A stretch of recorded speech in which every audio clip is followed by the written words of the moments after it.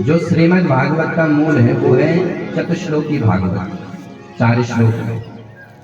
भगवान कह रहे कि हे ब्रह्मा, मैं ही संसार में अग्र हूँ।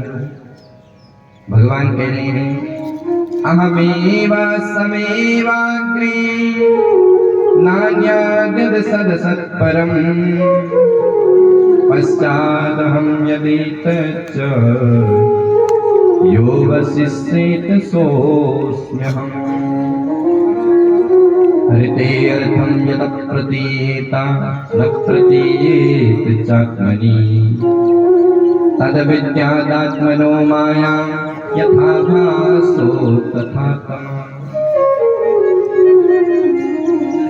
ये भागवत का बीज मंत्र है, मूल। इन्हीं 4 श्लोकों से ब्रह्मा जी ने नारद को दिया, नारद ने व्यास जी को दिया और व्यास जी ने इसी 4 श्लोक से 18,000 श्लोक बनाए। तो भगवान कहते कि ब्रह्मा जी अहमेव अग्रे, मैं सबसे पहले था। ब्रह्मा जी ने कहा प्रभु आपने इस संसार को बनाया तो आपको कुछ ना कुछ तो मटेरियल लगा होगा। तो भगवान कहते नान्यम न सत था न असत था, केवल मैं ही था। बोले बनाने वाला भी मैं और बनने वाला भी मैं। तो ये 4 श्लोक बड़े दिव्य हैं।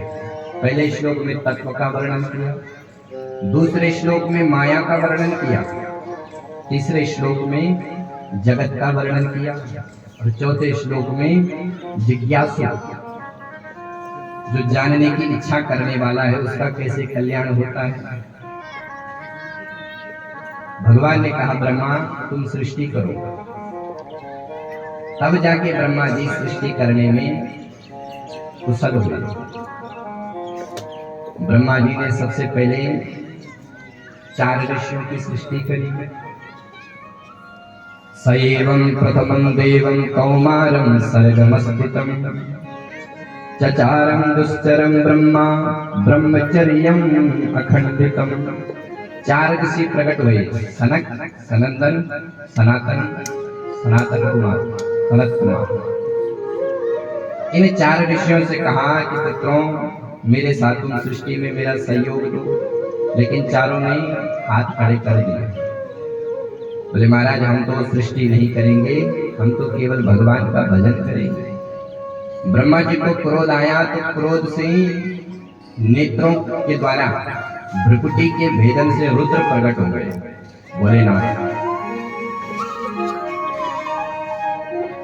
भोलेनाथ ने कहा कि मैं क्या करूं। ब्रह्मा जी कहते हैं कि देखो तुम्हारा नाम रुद्र होगा और तुम मेरे साथ सृष्टि में मेरा सहयोग करो, सृष्टि का विस्तार करो। ठीक है महाराज। अब भोलेनाथ ने भूत पिशाचों की सृष्टि करना प्रारंभ कर दिया, डाकनी, बेताल, चुड़ैल आदि की सृष्टि कर दी। वो सब दौड़े दौड़े ब्रह्मा जी के पास आए और ब्रह्मा जी की दाढ़ी पकड़ ली। बोले भाग छूटे बाबा यहाँ से। अब ब्रह्मा जी ने हाथ जोड़ लिए कि महाराज ऐसे मेरी सृष्टि नहीं चलेगी, मेरी सृष्टि में तो कुछ अलग ही होना चाहिए। ब्रह्मा जी ने भोले बाबा से कहा कि जाओ तुम कैलाश भजन करो। ठीक है महाराज। अब की बार ब्रह्मा जी ने 10 ऋषियों को प्रकट किया, मरीचि, अत्रि, अंगिरा, पुलस्त, पुलहा, कुरकु, भृगु, वशिष्ठ, दक्ष और दशमस्त नारद। छाया से कर्दम ऋषि को प्रकट किया, वाणी से सरस्वती को प्रकट किया। फिर भी जब सृष्टि नहीं हुई तो दक्षिण भाग से दक्षिणांग मनु और वामांग से बाएं हाथ से शत्रुपा को प्रकट किया और फिर मनु और शत्रुपा के द्वारा इस संसार की सृष्टि हुई। इसीलिए हमको मानव कहते हैं, क्योंकि मनु और शत्रुपा के पुत्र हैं। मन भो वयम जाता, हम सब मनु की संतान हैं। पर हमारे इतिहासकारों ने हमारा इतिहास विकृत कर दिया। हमको पढ़ाया गया कि हमारे पूर्वज पहले आदि मानव बंदर हुआ करते थे, और फिर धीरे धीरे बंदरों की पूंछ घिस गई और मूंछ निकल पड़ी। हमारा जितना भी इतिहास है सब हमको छुपाया गया, हमको पढ़ाया नहीं गया। क्योंकि जब से भारत में मैकाले की शिक्षा पद्धति आई तब से हम सबको मैकाले की शिक्षा ने गुलाम बना दिया। हमारे भारत में भारत को पहले विश्व गुरु कहा जाता था, विश्व गुरु। इस भारत में मैकाले नाम का अंग्रेज आया तो उसने पहले भारत की शिक्षा पद्धति को देखा और इस भारत में पहले गुरुकुल चला करते थे, तक्षशिला, नालंदा आदि आदि विशाल गुरुकुल। तो जब मैकाले ने देखा कि इस भारत में तो सब आत्मनिर्भर है क्योंकि सब कुछ करना जानते हैं, हमारे गुरुकुलों में हर प्रकार की शिक्षा दी जाती थी, शास्त्र विद्या, शस्त्र विद्या, शिल्पकारी, मूर्तिकारी, किसानी कैसे की जाती है, भोजन कैसे बनाया जाता है। तो जब मैकाले ने देखा कि साहब ये तो सब आत्मनिर्भर है, इनको हम गुलाम नहीं कर सकते हैं, तो क्या करें? बोले अपनी शिक्षा पद्धति चलाओ, भारतीय शिक्षा पद्धति जो है उसको मिटाओ। तो मैकाले ने सबसे पहले डिग्री बनाना प्रारंभ कर दिया। बोले इस डिग्री को पास करो तो तुमको नौकरी मिलेगी, नहीं तो तुम बेरोजगार हो जाओगे। और डिग्री पास करने में ऐसे ऐसे सब्जेक्ट रख दिए कि जिसमें भारतीय संस्कृति का नाश हो गया, भारतीय संस्कृति को विनिष्ट कर दिया। हमको पढ़ाया गया अकबर द ग्रेट, अकबर महान था, जिस अकबर ने न जाने कितने माता बहनों का कत्ल दिल्ली में किया, वो अकबर महान था। हमको पढ़ाया गया पानीपत का प्रथम युद्ध, पानीपत का द्वितीय युद्ध, पानीपत का तृतीय। अरे हमें क्या मतलब उस पानीपत के युद्ध से? हमको कभी ये नहीं पढ़ाया गया कि हमारे राम कौन है, हम नहीं जानते हैं। मुसलमानों की पीढ़ियों के बारे में सबको पता है, अकबर का पिता हुमायूं, हुमायूं का पिता जहांगीर, लेकिन राम के पिता, राम के दादा का नाम किसी को नहीं पता क्योंकि पढ़ाया नहीं गया। हमारी संस्कृति को सब नष्ट कर दिया गया। हम लोग जन्मदिन मनाते हैं, जन्मदिन पर हम केक मंगवाते हैं, मोमबत्ती जलवाते हैं और कहते बेटा मार फूक, और बेटा फूक मारता है और फिर कहता बेटा काट। पहले वो थूकेगा, उसमें थूकेगा, थोड़ा बहुत थूक पड़ जाता है, फूक मारेगा। हमारी संस्कृति में दीप प्रज्वलित किया जाता है, बुझाया नहीं जाता है। लेकिन पाश्चात्य संस्कृति को हमने स्वीकार करना प्रारंभ कर दिया। जन्मदिन पर किसी ब्राह्मण को बुलाओ, गौ माता को दान करो, ब्राह्मण से नवग्रहों की पूजा करवाओ। लेकिन हम लोग न जाने क्या क्या करते हैं।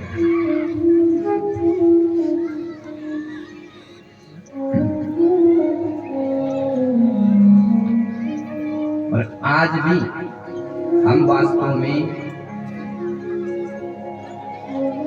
उस पाश्चात्य संस्कृति के गुलाम हैं। एक बार हमने किसी बालक की पुस्तक पढ़ी, कॉन्वेंट स्कूल में पढ़ता था। ये जो कॉन्वेंट स्कूल है ये पाश्चात्य संस्कृति वालों का ही है, प्राइवेट स्कूल। तो उसमें लिखा हुआ था कि बेटा तुम्हारे पिताजी ने तुमको 10 रुपए दिया, 10 रुपए में से 5 रुपए की तुमने चॉकलेट खरीदी, तुम्हारे पास कितना रुपए बचा? तो बचा तो 5 ही। लेकिन वास्तव में उस बालक को शिक्षा नहीं दी जा रही है, बल्कि उसको चॉकलेट का उपभोक्ता बनाया जा रहा है। क्योंकि बच्चा अपने पिताजी से पूछेगा कि पिताजी ये चॉकलेट क्या चीज होती है, मेरे को तो खिलाओ। तो ऐसे हम मानसिक गुलाम हो रहे हैं। हमको न जाने क्या क्या पढ़ाया जा रहा है। और अगर हमारे सनातन धर्म का, हमारी जो संस्कृति है उसका प्रश्न होता तो वो ऐसा प्रश्न करता कि बेटा तुम्हारे पिताजी ने तुमको 10 रुपए दिए, 10 रुपए में से 5 रुपए तुमने दान किया। तो बच्चा कहता कि पिताजी ये दान क्या होता है, तो दान के बारे में जानने का प्रयास करता। तो हमारी पूरी संस्कृति को विकृत कर दिया गया। लेकिन अब कुछ सौभाग्य जगह है जो हमको ऐसे नायक मिले, मोदी और योगी, जो अब हमारी जो पुरानी धरोहर है वो हमको प्राप्त हो रही है। और हमारे रामलला भी जो संसार के प्राण हैं, हम सबके इष्ट हैं, हम सबके भगवान हैं, ऐसे राम जी की प्रतिष्ठा भी होने वाली है। हम जो प्रारंभ में भजन सुनाते हैं वो हमने स्वयं अपने हाथों से लिखा। सुबह दिन सुबह घड़ी बार आ गया, राम लला जी का विकार आ गया, सनातनियों का त्योहार आ गया। सुबह दिन सुबह घड़ी बार आ गया, सुबह दिन सुबह घड़ी बार आ गया, सनातनियों का त्योहार आ गया। राम राम राम सीता राम गाइए, राम जी के चरणों में मन लगाइए। राम राम राम सीता राम गाइए, राम जी के चरणों में मन लगाइए।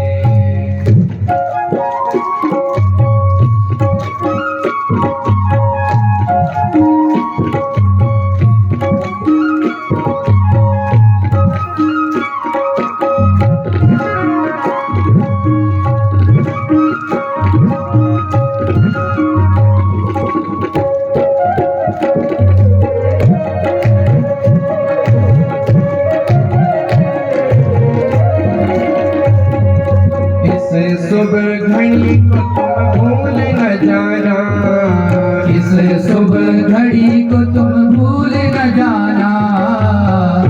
हमारे जो अभी जिन्होंने आप सभी को संबोधन किया, दान की सूची बताई, तो उन्होंने कहा कि व्यास जी आप एक सूचना सबको देना कि 22 जनवरी को जो है सब अपने घर में दीप प्रज्वलित करें, दीप दान करें, और कम से कम 5 दिए हर घर के होने चाहिए। बाकी अपनी सामर्थ्य के अनुसार कोई 11, 21, 51, 101 आदि इसकी जैसी सामर्थ्य अवश्य जलाए। तो हमने भी ऐसा ही भजन लिखा है, इस सुबह घड़ी को तुम भूल न जाना, इस सुबह घड़ी को तुम भूल न जाना। हर घर में जाके तुम दिए जलाना, सनातनियों का त्योहार आ गया। सुबह दिन सुबह घड़ी बार आ गया, सनातनियों का त्योहार आ गया। सुबह दिन सुबह घड़ी बार आ गया। राम राम राम सीता राम गाइए, राम लला जी का अधिकार आ गया। राम जी के चरणों में मन लगाए। जय जय सिया राम।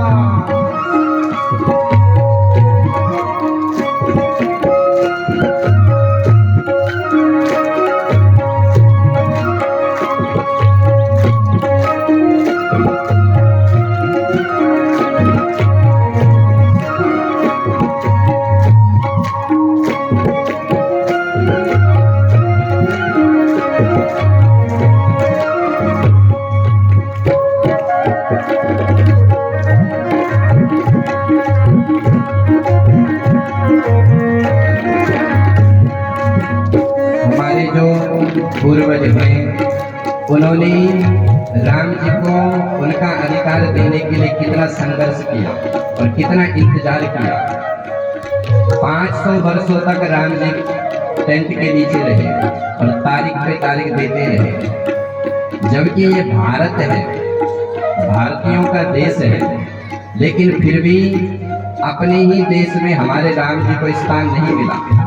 500 वर्ष के बाद जाके अब अधिकार मिल रहा है। 500 वर्ष से इंतजार है किया, 500 वर्ष से इंतजार है किया, 500 वर्ष से इंतजार है किया, 500 वर्ष से इंतजार है किया। अब जाके दर्शन का अधिकार है मिला, सनातनियों का त्योहार आ गया।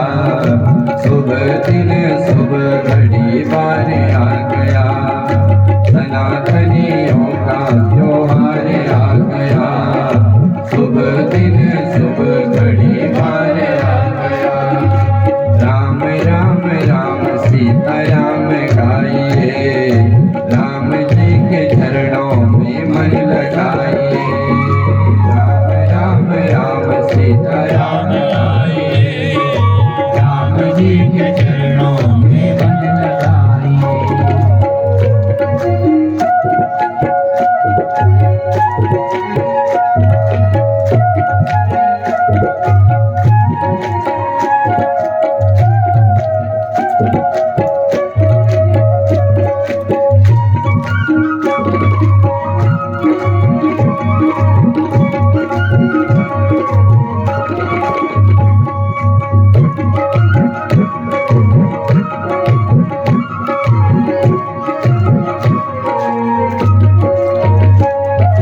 इसी समय के लिए संघर्ष है किया, इसी समय के लिए संघर्ष है किया।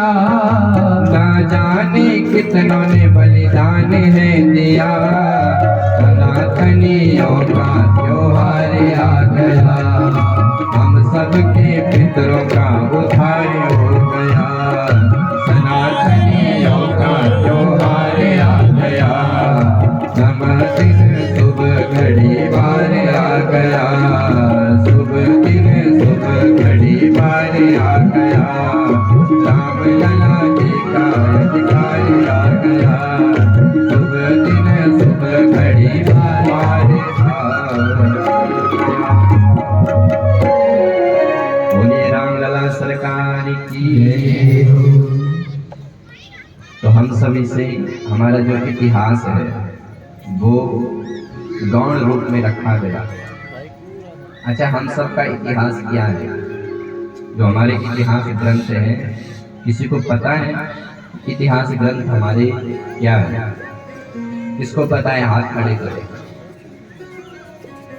किसी को नहीं है पता?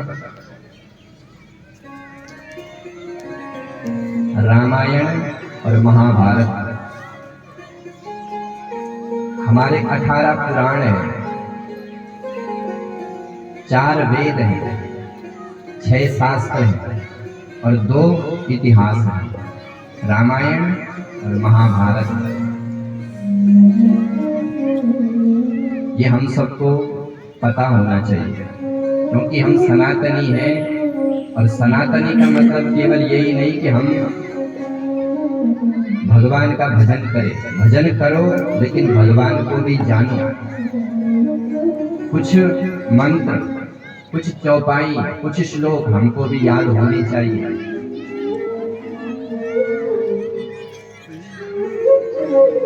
तो महाराज मनु और शत्रुपा के द्वारा फिर इस सृष्टि का शुभारंभ हुआ। मनु और शत्रुपा की 3 पुत्रियां और 2 बेटे हुए। 3 पुत्रियों में सबसे पहला जो वर्णन हुआ वो देवहूति का हुआ। बड़ी बेटी है आकृति, दूसरी है देवहूति और तीसरी है प्रसूति। तो देवहूति के बारे में सबसे पहले बताया। देवहूति का विवाह कर्दम जी के साथ संपन्न हुआ। परंतु करदम जी ने विवाह में एक शर्त रख दी। बोले देवी, हम विवाह तो करेंगे, लेकिन एक संतान होते ही हम बाबा जी बन जाएंगे। तो देवहूति ने शर्त स्वीकार करी। मनु और शत्रुपा ने अपनी कन्या का विवाह विधि विधान से करदम जी के साथ संपन्न करवाया। लेकिन करदम जी के साथ जैसे ही विवाह हुआ तो करदम जी दूसरे ही दिन समाधि में चले गए। पितृभ्यां प्रस्तुते साध्वी पतिमिंगित कोविदो नित्यं पर्याचरत् प्रीत्या भवानी भवं प्रभो।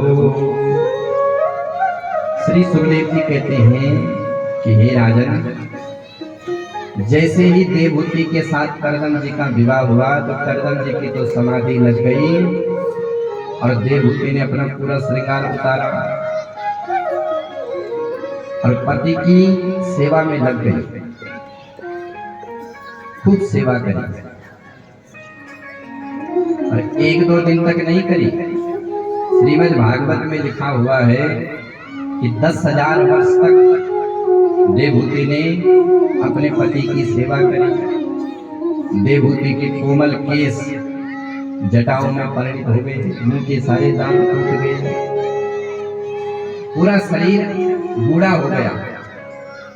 और जब कई वर्ष बाद करदम जी की समाधि खुली तो करदम जी ने कहा, देवी आप कौन? तो देवहूति कहती कि महाराज याद करो, हमारा विवाह हुआ था आपसे। करदम जी कहते, अच्छा देवी, तुम ब्रह्मा वर्ग के सम्राट मनु महाराज की पुत्री हो? बोले हाँ महाराज। बोले देवी तुम धन्य हो। करदम जी कहते हैं कि देवी, देहधारियों के लिए सबसे प्रिय होता है शरीर। शरीर से बड़ा कुछ नहीं है, लेकिन तुमने अपने शरीर की परवाह न करते हुए मेरी सेवा करी है, इसलिए देवी मैं तुम्हारी सेवा से प्रसन्न हूँ। वास्तव में जो स्त्री का धर्म होता है वो एक ही है, पति की सेवा, पति शुश्रूषा। क्योंकि स्त्रियों के लिए एक ही धर्म बताया है। स्त्री अगर शिवरात्रि करती है, नवरात्रि करती है, लेकिन अगर पतिव्रत धर्म को वो ठीक से पालन नहीं करती तो सब बेकार है।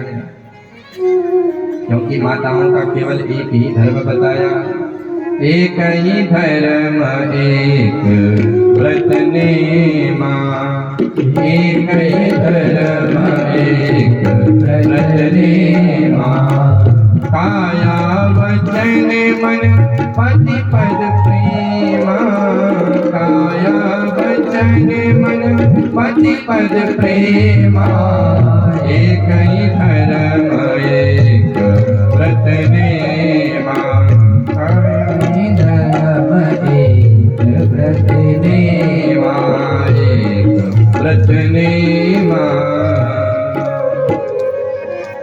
माताओं का केवल एक ही धर्म है, पति की सेवा।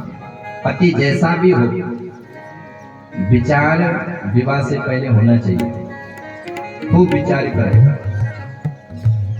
लेकिन अगर एक बार संबंध जुड़ गया, शरणागति हो गई, तो फिर को गुण दोष करे विचारा, फिर विचार नहीं होता है। नास्ति स्त्रीणाम पृथक यज्ञो, स्त्रियों के लिए अलग यज्ञ नहीं बताया। बोले पति की सेवा कर लो, यज्ञ का सारा फल मिल जाएगा। न व्रतम, कोई भी व्रत मत करो, केवल पति की अनुकूलता में चलो।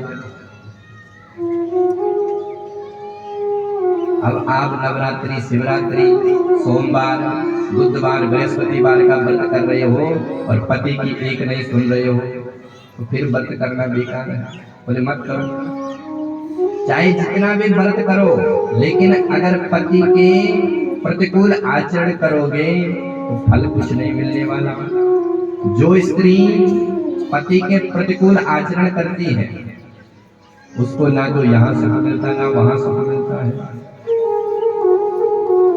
इसलिए स्त्रियों को जो यश, बल, फल, तपस्या, तेज, सुख, वैभव, ज्ञान मिलता है तो केवल पति के अनुकूलता में चलने से। पति जिसमें प्रसन्न रहे वैसा आचरण ही पत्नी को करना चाहिए। और पति के लिए भी है, ऐसा नहीं कि केवल पत्नी ही पतिव्रता बने, पति को भी अपनी धर्म पत्नी को सुख देना चाहिए, क्योंकि वो घर की लक्ष्मी है। घर की लक्ष्मी अगर रुष्ट हो गई तो चाहे महाराज कितनी भी लक्ष्मी पूजा कर लो कुछ नहीं मिलने वाला। इसलिए एक दूसरे के आत्मसमर्पण से ये गृहस्थ चला है। देवभूति और करदम का जो गृहस्थ है वो आदर्श है, वो आदर्श सिखाता है। करदम जी ने कहा, देवी तुमने मेरे लिए इतनी तपस्या करी तो मैं तुम्हारी तपस्या से संतुष्ट हूँ। तुष्टो मत्ति तब मानवी मानदाया, शुश्रूषया परमया परया च भक्त्या। देवी मैं तुम्हारी तपस्या से संतुष्ट हूँ, वरदान मांगो। देवभूति कहती है कि स्वामी हम गृहस्थ हैं, और गृहस्थ के साथ साथ यदि हम सदगृहस्थ हो जाते, हमारा भी कोई पुत्र होता तो हमारा गृहस्थ सार्थक हो जाता। करदम जी ने कहा, देवी मुझे स्मरण है मैंने जब पूर्व में तपस्या करी तो भगवान प्रकट हुए और भगवान ने कहा कि हे करदम तुम विवाह करो, मैं तुम्हारा पुत्र बनूंगा। भगवान ने मेरे को आश्वासन दिया, और देवी तुम चिंता मत करो, तुम्हारे गर्भ से तो साक्षात हरि प्रकट होने वाले हैं। साम स्वाम सकलाया तद्वीरेण महामुनि। भगवान अपने कला रूप में तुम्हारे गर्भ में आने वाले हैं। दोनों दंपति एक कामक विमान में प्रकट हुए। करदम जी ने कामक विमान प्रकट किया अपनी तपस्या के बल पर, और वो ऐसा विमान था कि महाराज किसी डीजल पेट्रोल से नहीं चलता। उसमें केवल संकल्प करो, मन में केवल स्मरण करो, फलानी जगह पहुंच गया। ये हमारे ऋषियों की शक्ति थी। आज जो भी वैज्ञानिक कार्य कर रहे हैं वो हमारे ऋषियों ने पहले ही कर लिया। आज विमान बन रहे हैं, लेकिन ये विमान आज नहीं बन रहे, ये हजारों वर्ष पहले बन चुके थे। पुष्पक विमान, कामक विमान ये पहले बन चुके हैं। तो दोनों दंपति ने उस विमान में दोनों बैठे और दिव्य वर्षों तक भोग किया। कालांतर में 9 कन्याओं को जन्म दिया। करदम जी ने विचार किया कि मैंने तो एक के लिए कहा था, यहाँ तो 9 हो गई, अब क्या करें। बोले छोड़ो, अब घर गृहस्थी को अब चलते भजन करने के लिए। जैसे भजन के लिए जा रहे थे कि देवभूति ने पकड़ लिया, महाराज ये कन्या है, इनका विवाह हो जाएगा तो मैं किसका अवलंबन लूं, किसके सहारे रहूं। तो पुनः करदम जी रुके और अब की बार देवभूति गर्भवती हुई और गर्भ से साक्षात भगवान कपिल का प्राकट्य हुआ। बोलिए कपिल भगवान की जय। जैसे भगवान कपिल बाल रूप में आए तो ब्रह्मा जी अपने 9 ऋषियों को लेकर के साथ में दर्शन के लिए आए। जो ऋषि मैंने अभी 9 गिनाए थे, मरीचि, अत्रि, अंगिरा, पुलस्त्य, पुलह, क्रतु, भृगु, वशिष्ठ, 10वां नारद थे, लेकिन नारद जी पहले से ही घुमक्कड़ थे, वो इधर उधर घूमने के लिए चले गए थे, इसलिए 9 ऋषियों को साथ में लेकर के आए। कपिल भगवान का दर्शन किया, उनका पूजन किया, और जब जाने लगे तो मनु जी ने करदम जी ने एक निवेदन किया। बोले महाराज बुरा ना माने तो एक बात कहूं। बोले हाँ कहो। बोले हे ब्रह्मदेव, तुम्हारे साथ है 9 पुत्र और हमारे घर में है 9 कन्या, क्यों ना इनका आपस में संबंध जोड़ लिया जाए। ब्रह्मा जी तो प्रसन्न हो गए। ब्रह्मा जी तो चाहते थे कि सृष्टि का विस्तार हो, तो उसी समय जो है उन 9 कन्याओं का विवाह उन 9 ऋषियों के साथ हुआ। मरीचि के साथ कला का विवाह हुआ, अनुसुईया का विवाह अत्रि जी के साथ हुआ, श्रद्धा का विवाह अंगिरा के साथ हुआ, पुलस्त का विवाह हविर्भू नाम की कन्या के साथ हुआ, गति का विवाह युक्त नाम के ऋषि से हुआ, क्रिया का विवाह क्रतु नाम के ऋषि से हुआ, ख्याति का विवाह भृगु ऋषि से हुआ, आदि आदि 9 कन्याओं का विवाह हुआ। अब करदम जी ने विचार किया कि भैया अब तो हम बिटिया का विवाह भी कर लिए, अब हम घर में नहीं रुकेंगे। तो सीधे जंगल में गए और घोर तपस्या करी। अब घर में केवल 2 सदस्य। कल तक जो आश्रम कन्याओं के स्वरों से गुंजायमान होता था, आज उस आश्रम में 2 देवहूति और भगवान कपिल। कपिल भगवान तो ध्यान में ही बैठे रहते हैं। आज देवहूति मैया ने भगवान कपिल से एक प्रश्न किया कि बेटा मैं एक प्रश्न करूं। बोले हाँ माता जी प्रश्न करो। तो देवहूति मैया कह रही है, निर्विण्णानि तरा भूमन् असद इंद्रियार्तर्षणात् येन संभाव्यमानेन प्रपानन्दं तम प्रभो। हे पुत्र, मेरी जो ये इंद्रियां हैं ये अतृप्त रहती है। मैंने संसार का सारा भोग भोग लिया, लेकिन फिर भी मुझे ऐसा लगता है कि कुछ अतृप्ति है, कुछ अधूरा है। बेटा जब मैं बचपन में थी तो राजकुमारी के समान पली। मनु मेरे पिता हुए और जब विवाह हुआ तो करदम जैसे महान ऋषि मुझे मिले, जिन ऋषि के द्वारा कामक विमान में मैंने संसार के समस्त भोगों को भोगा। लेकिन आज भी मुझे लग रहा है कि कुछ छूट रहा है, कुछ अधूरा है। कपिल भगवान कहते कि माँ, ये जो संसार की वासना है, ये जो इंद्रियां हैं, ये अतृप्त है, क्योंकि संसार की हर वस्तु अधूरी है। इंद्रियों को तुम जो कुछ भी खिलाओ, जो भोग दोगे, वो थोड़ी देर के लिए तो तृप्त हो जाएगी, फिर से अतृप्त रह जाएगी। इसलिए संसार की हर वस्तु अधूरी है। परिपूर्ण तो केवल परमात्मा है। और जब तक ये इंद्रियां हमारी परिपूर्ण परमात्मा से नहीं मिली, नहीं जुड़ी, तब तक हमको अतृप्तता की ही अभाव होगा। परमात्मा ही केवल पूर्ण है, बाकी तो संसार अपूर्ण है। इसलिए माता जी उस परिपूर्ण परमात्मा से जुड़ जाओ, क्योंकि वो पूर्ण परमात्मा है। और पूर्ण परमात्मा से अगर पूर्ण भी निकाल दो फिर भी पूर्ण ही रहेगा। पूर्णमिदं पूर्णमदः पूर्णात् पूर्णमुदच्यते पूर्णस्य पूर्णमादाय पूर्णमेवावशिष्यते।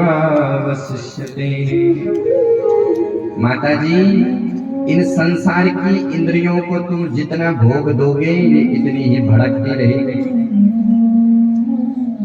अग्नि में घी डालते रहो तो वो भड़कती रहती है, तो जितना भोग भोगोगे उतनी ये इंद्रियां भड़कती जाएगी। इसलिए माता जी इन इंद्रियों को संसार के भोग की ओर से परमात्मा की ओर जोड़ लो। बोले बेटा कैसे जुड़े? बोले माता जी सबसे सरल साधन है संतों का संग कर लो। संतों के संग से संसार की जो वासना है वो धीरे धीरे खत्म हो जाएगी और तुम भी भगवान के रंग में रंग जाओगे। इसलिए सबसे सरल साधन है संतों का संग करो।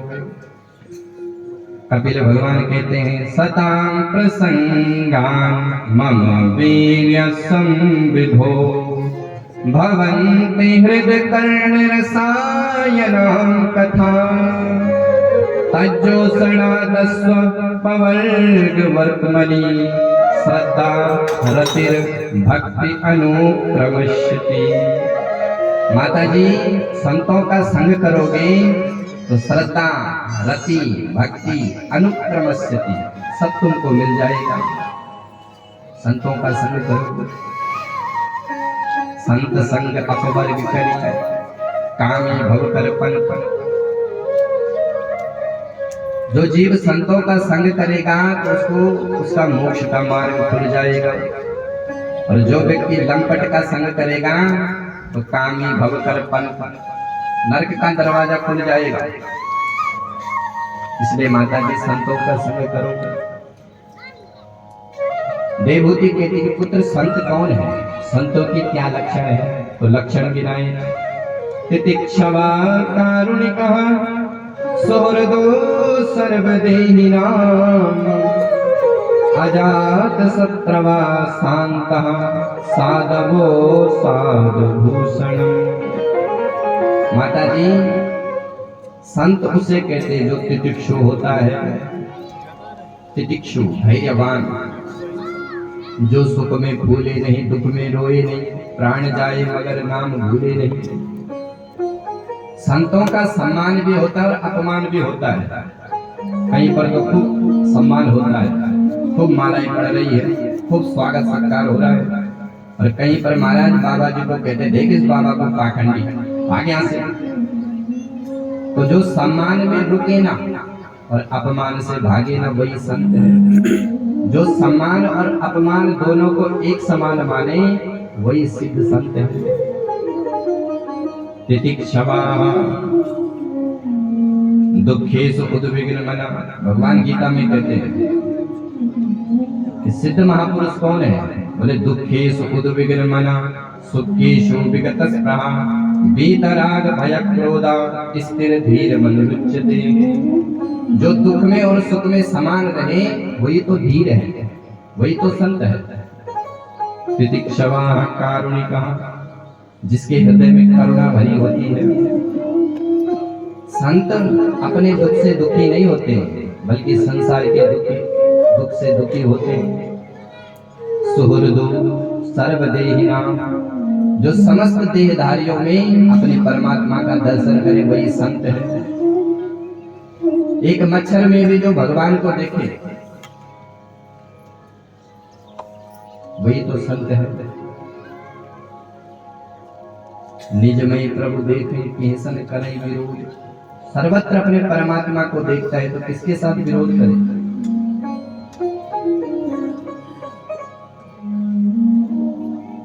क्योंकि संत की दृष्टि सब में परमात्मा मय होती है। हम लोगों को अगर मच्छर काट ले तो हम 1 मिनट में उसकी छुट्टी कर देंगे, लेकिन संत मच्छर को भी नहीं मारते। क्यों? बोले वो जानते कि इसमें भी तो मेरा परमात्मा है।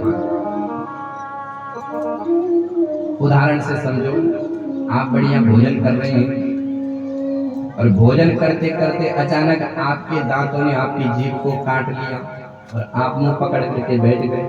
किसी ने कहा, बोले क्या हुआ? बोले दांतों ने जीभ को काट लिया। तो कोई कहे कि ऐसा करो कि हथौड़ा ले लो, दांतों को तोड़ दो। ये दांत बड़े उद्दंड हो गए, 32 मिलकर के भोली भाली जीभ को सताते हैं, ऐसा करो इसको तोड़ दो। तो तोड़ोगे? नहीं तोड़ोगे, क्योंकि आपको ज्ञान है कि दांत भी मेरे हैं, जीभ भी मेरी है। 10 बार भी जीभ कट जाएगी फिर भी दांत नहीं तोड़ोगे, क्योंकि ज्ञान है कि ये भी मेरे को है। उसी प्रकार से संत भी करते हैं। किसी जीव को कोई कष्ट दे रहा है तो संत जानता है कि इसमें भी तो मेरा परमात्मा है। तितिक्षवा कारुणिकः सुहृदो सर्वदेहिनां अजात शत्रवा शान्तः साधवो साधुभूषणम्। ये साधुओं के आभूषण है, जो अपने रहते संसार के दुख को अपने सिर पर मोड़ ले, वही तो साधु है। बंदौ संत समान चित हित अनहित नहीं कोई, अंजलिगत शुभ सुमन जिमी सम सुगंध कर दो। संतों का जो स्वभाव होता है एक पुष्प के समान होता है। पुष्प को एक हाथ से तोड़ा जाता है और एक हाथ में रखा जाता है, तो तोड़ने वाले को भी पुष्प सुगंध देता है और सहारा देने वाले को भी पुष्प सुगंध देता है। पुष्प कभी भेद नहीं करता है। आप कभी फूल को तोड़ो और दूसरे हाथ में रखो, तो जो तोड़ रहा है उसको भी सुगंधी मिल रही है और जो सहारा दे रहा है उसको भी सुगंधी मिल रही है। तो संत का कोई अपमान करे तो उसके लिए भी संत प्रार्थना करते हैं भगवान इसका भी भला करे। ये संतों का स्वभाव है। संत समान चित हित अनहित नहीं को।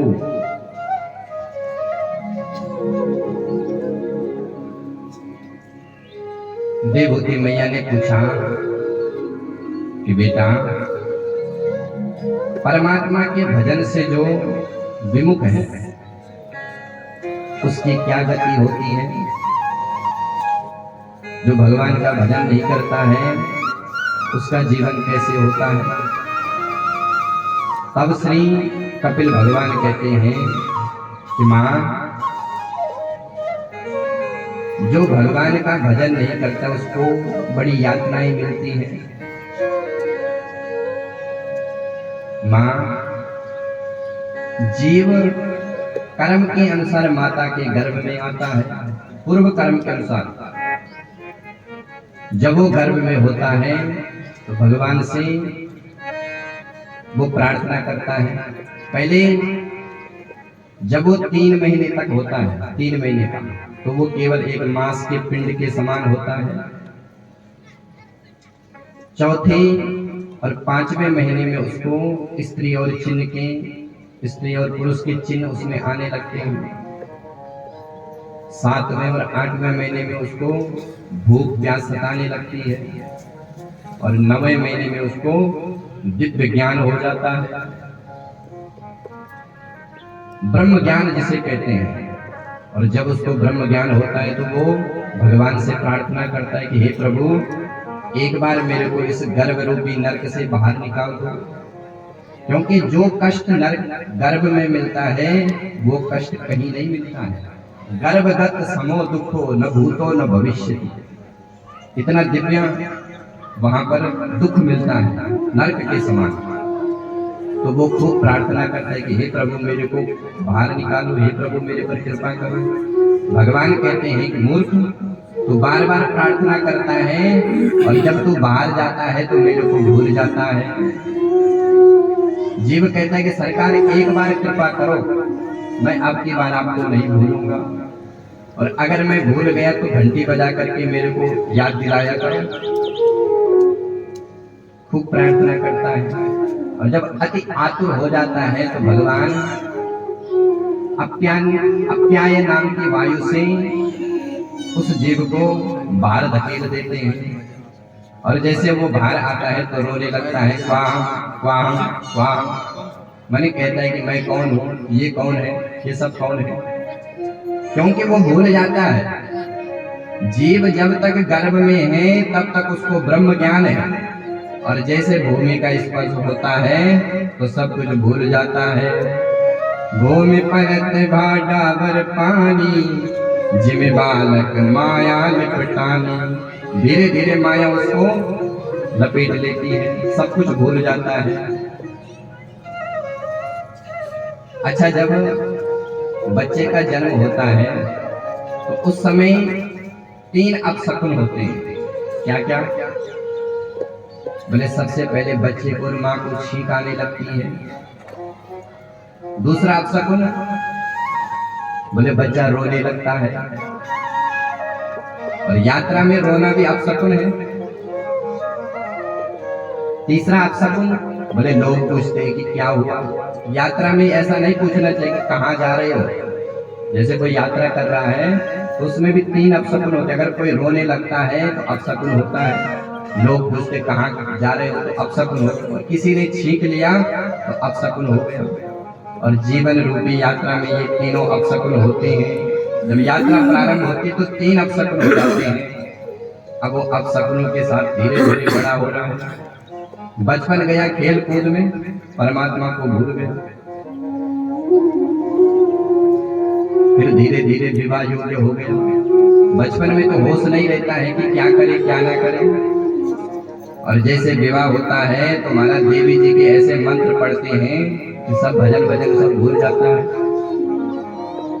नमक तेल की व्यवस्था में ही लग जाता है।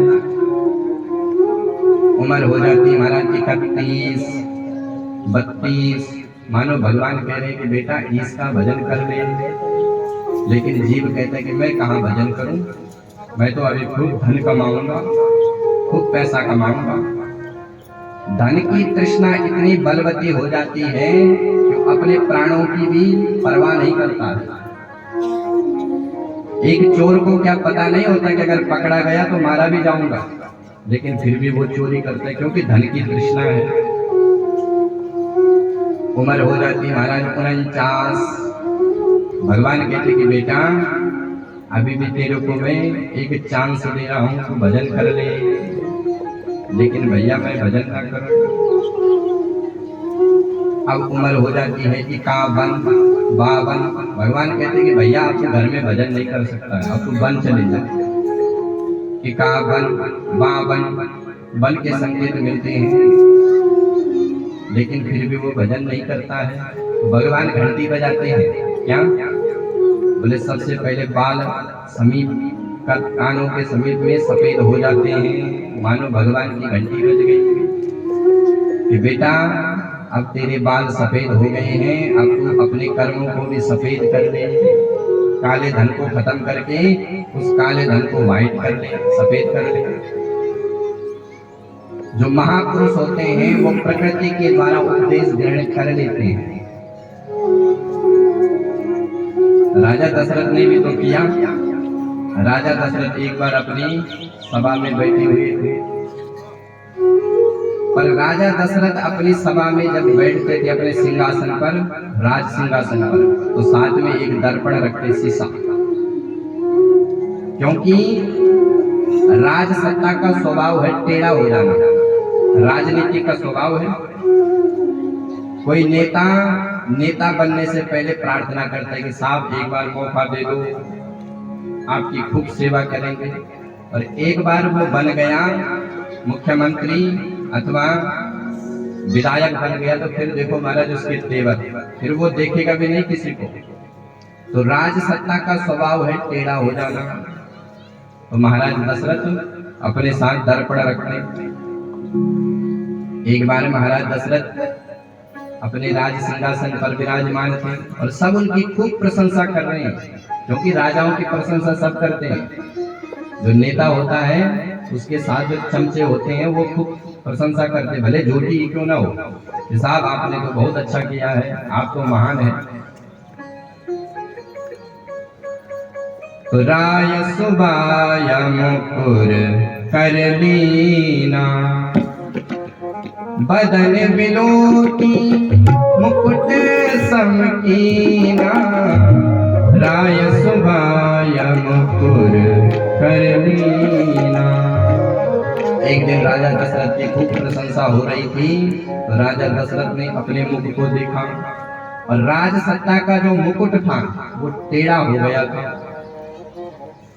तो मुकुट को सीधा कर रहे थे तो श्रवण समीप भई सित केसा, मनोह जरठपन अस उपदेशा। कानों के समीप में सफेद बाल दिख गए। ये सफेद बाल क्या होते हैं? बोले ये यमराज की धोती होती है। यमराज का नोटिस, पहला नोटिस होता है, भैया अब तुमको वहां से आदेश आया है कि तुम अपने कर्म को सफेद कर लो। तो पहला नोटिस है, कानों के बाल में बाल सफेद हो जाते हैं। कृतांतस्य दूती यथा कर्ण मूले, वो दूती जो होती है वो कान में कहती है कि भैया अब तूने काले कर्म बहुत कर ले, अब तू सफेद कर्म कर ले। तो राजा दशरथ ने उसी समय राज सत्ता का परित्याग किया और राम जी को गद्दी सौंपी, लेकिन हम लोग नहीं मानते हैं।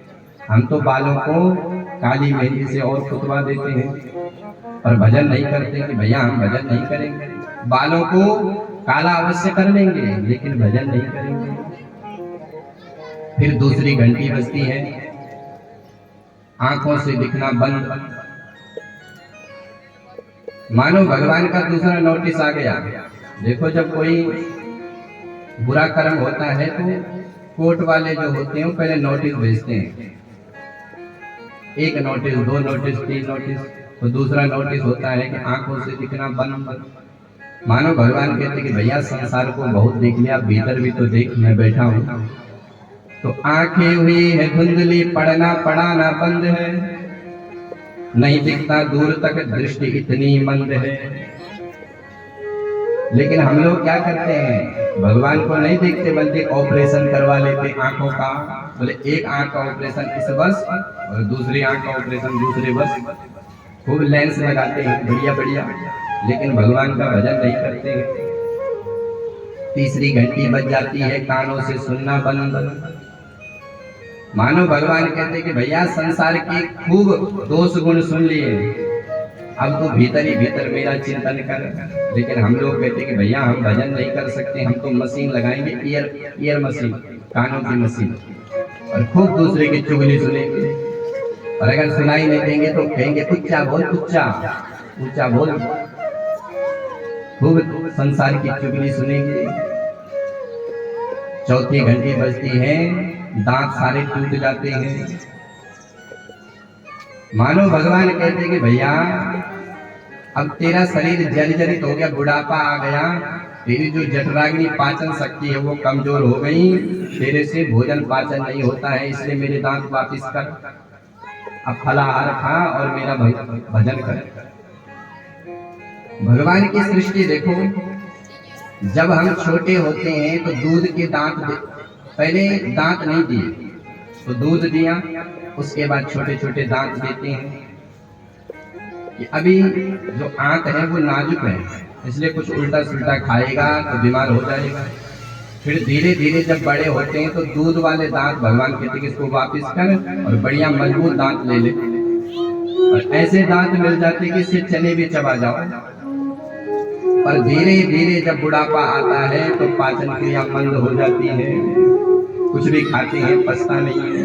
तो भगवान कहते कि भैया आप दांत वापिस कर, अब तो वेदांती बन जाओ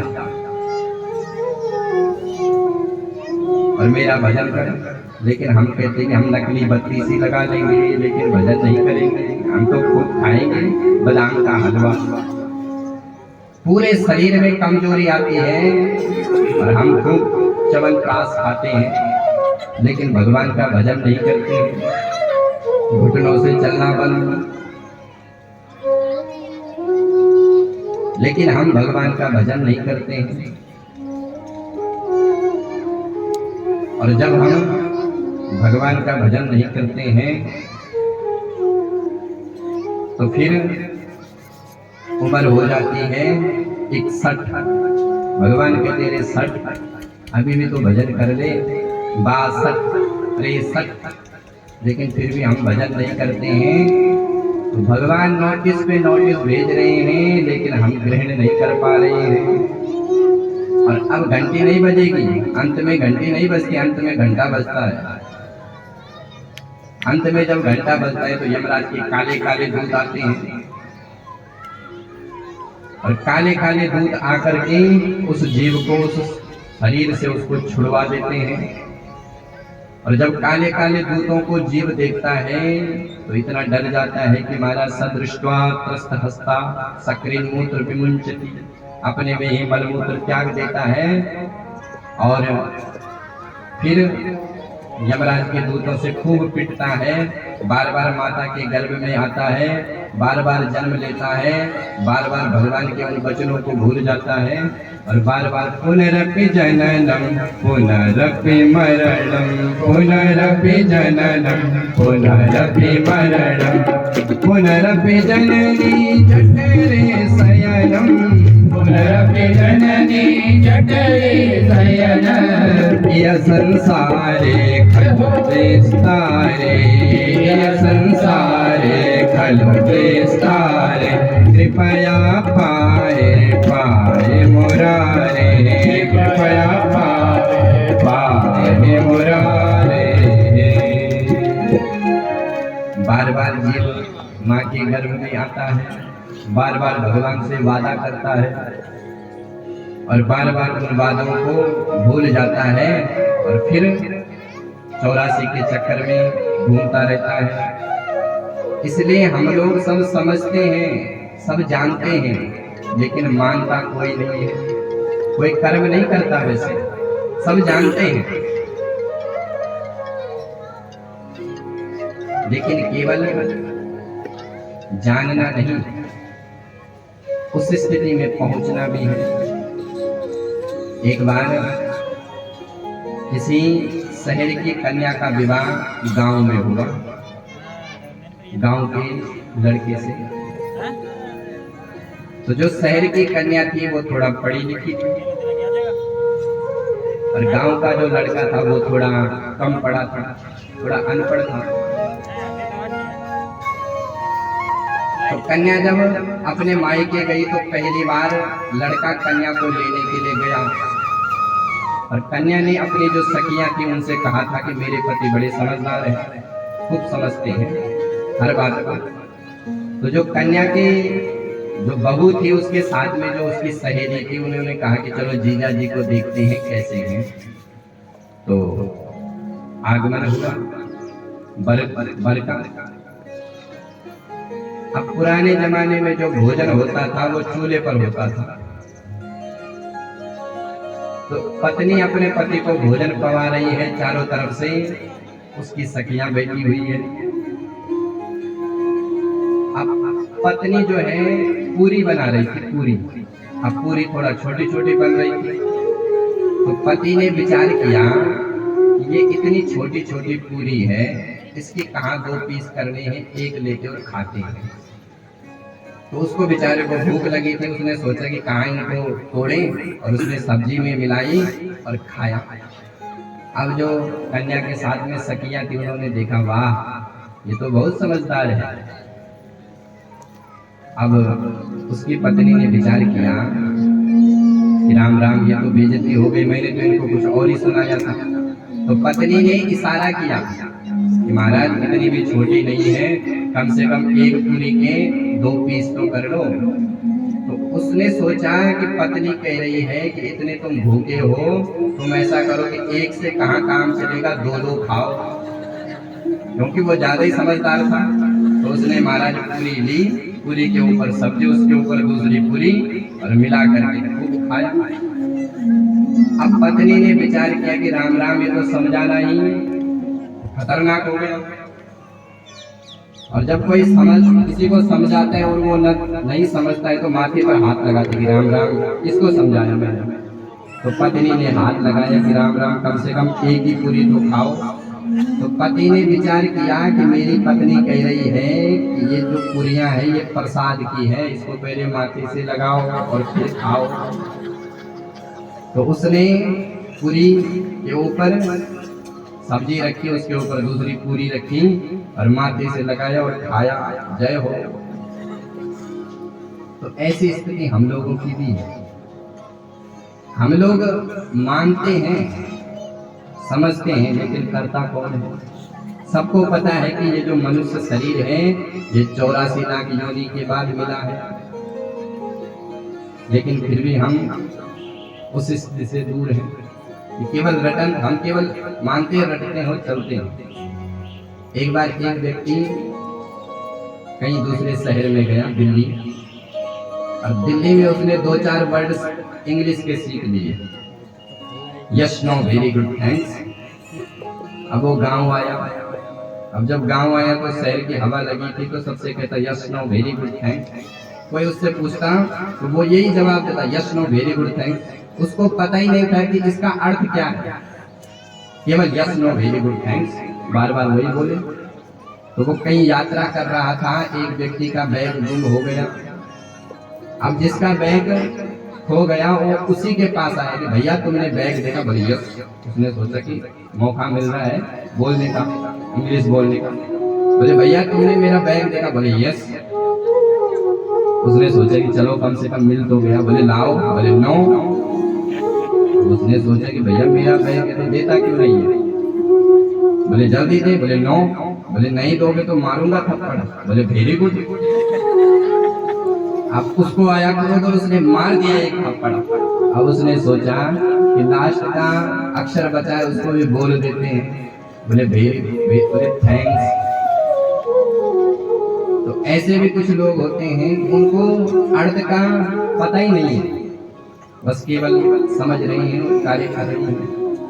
तो समझना अच्छी बात है, लेकिन उसके अनुसार कर्म भी करना चाहिए। तो महाराज जीव की गति का वर्णन हुआ। आगे ध्यान की विधि के बारे में भगवान कपिल ने देवहूति मैया को समझाया कि भगवान का ध्यान कैसे होता है। सबसे पहले चरणों का ध्यान करना चाहिए। संचांगनस्मदनपूर्णा वज्रांकुशध्वजा सरोरुहलाक्षणाढ्यहम्। सबसे पहले भगवान के चरणों का ध्यान करो। चरणों में जो नख है उसमें सुंदर चंद्रमा की ज्योति के समान प्रकाश है। उन चरणों के नख का ध्यान करो। फिर भगवान के जो तला है उसमें वज्र, अंकुश, ध्वजा आदि के चिन्ह है, उनका ध्यान करो। सुखदेव जी कहते हैं कि हे राजन, जो परमात्मा के स्वरूप को देख करके आंखों में अश्रुपात करता है, जो भगवान की लीला को सुन करके, भगवान का दर्शन करके आंखों से अश्रुपात करता है, उसके शोक के अश्रु डूब जाते हैं, उसके शोक के अश्रु सूख जाते हैं। हासं हरिर्वनिता किल लोक तीव्र शोकश्रु सागर विशोषण मत्युदार। भगवान की कथाओं में भगवान का दर्शन करके, भगवान की लीला को सुन करके आंखों से अश्रुपात अवश्य होना चाहिए। मम गुण गावत पुलक शरीरा गदगद गिरा, गदगद गिरा नयन भालिया। भगवान की कथा सुन करके शरीर पुलकित होना चाहिए, ये जो रोम है ये खड़े होने चाहिए, आंखों से अश्रुपात होना चाहिए। आगे महाराज अष्टांग योग के बारे में बताया। यम, नियम, आसन, धारणा, ध्यान, समाधि, अष्ट योग के बारे में बताया। अंत में देवहूति मैया का जो शरीर है वो कपिल भगवान के ज्ञान से पिघल गया और गंगा सागर में लीन हो गया। और आज भी जब मकर संक्रांति जो पीछे चली गई परसों, उसी के दिन गंगा सागर में देवहूति और कपिल भगवान का दर्शन होता है। लोग तीर्थराज प्रयाग हरिद्वार में स्नान करने के लिए जाते हैं मकर संक्रांति के दिन। तो इसी के साथ तृतीय स्कंद को विश्राम है। चतुर्थ स्कंद में महाराज आकृति का वर्णन हुआ, जो करदम जी की, मनु जी की दूसरी बेटी है आकृति, सबसे बड़ी। आकृति का विवाह रुचि प्रजापति के साथ संपन्न हुआ, जिसके घर नर और नारायण दोनों प्रकट हुए। मनु महाराज की सबसे छोटी कन्या है प्रसूति, जिसका विवाह हुआ दक्ष प्रजापति के साथ। सुखदेव जी कहते परीक्षित, सती का विवाह, प्रसूति का विवाह दक्ष प्रजापति के साथ हुआ, जिनके घर में 16 कन्याओं ने जन्म लिया। 13 कन्याओं का विवाह धर्म के साथ हुआ। 2 कन्याओं का विवाह, एक स्वधा और एक स्वाहा। स्वधा नाम की कन्या का विवाह पितरों के साथ और स्वधा नाम की कन्या का विवाह अग्नि के साथ हुआ। और सबसे छोटी कन्या थी जिसका नाम था सती, जिसका विवाह हुआ भगवान देवादिदेव भोलेनाथ से। लेकिन परीक्षित, भोलेनाथ की कोई संतान नहीं हुई, क्योंकि सती ने अपने पिता की यज्ञ में अपने शरीर को ही त्याग दिया। प्रश्न किया तो विस्तार से बताया। तो आगे की चर्चा अब हम कल के प्रसंग में करेंगे, क्योंकि समय हो गया है। तो हम सब बड़ भागी हैं, भगवान की हम सब पर कृपा है, जो भगवान राधा कृष्ण की मूर्ति प्राण प्रतिष्ठा के दिव्य महोत्सव में हम सब भगवान की कथा को श्रवण कर रहे हैं। और साथ ही साथ उसी दिन 22 जनवरी को भगवान राम भी अवध में विराजमान होंगे। तो आप सभी की मनोकामना भगवान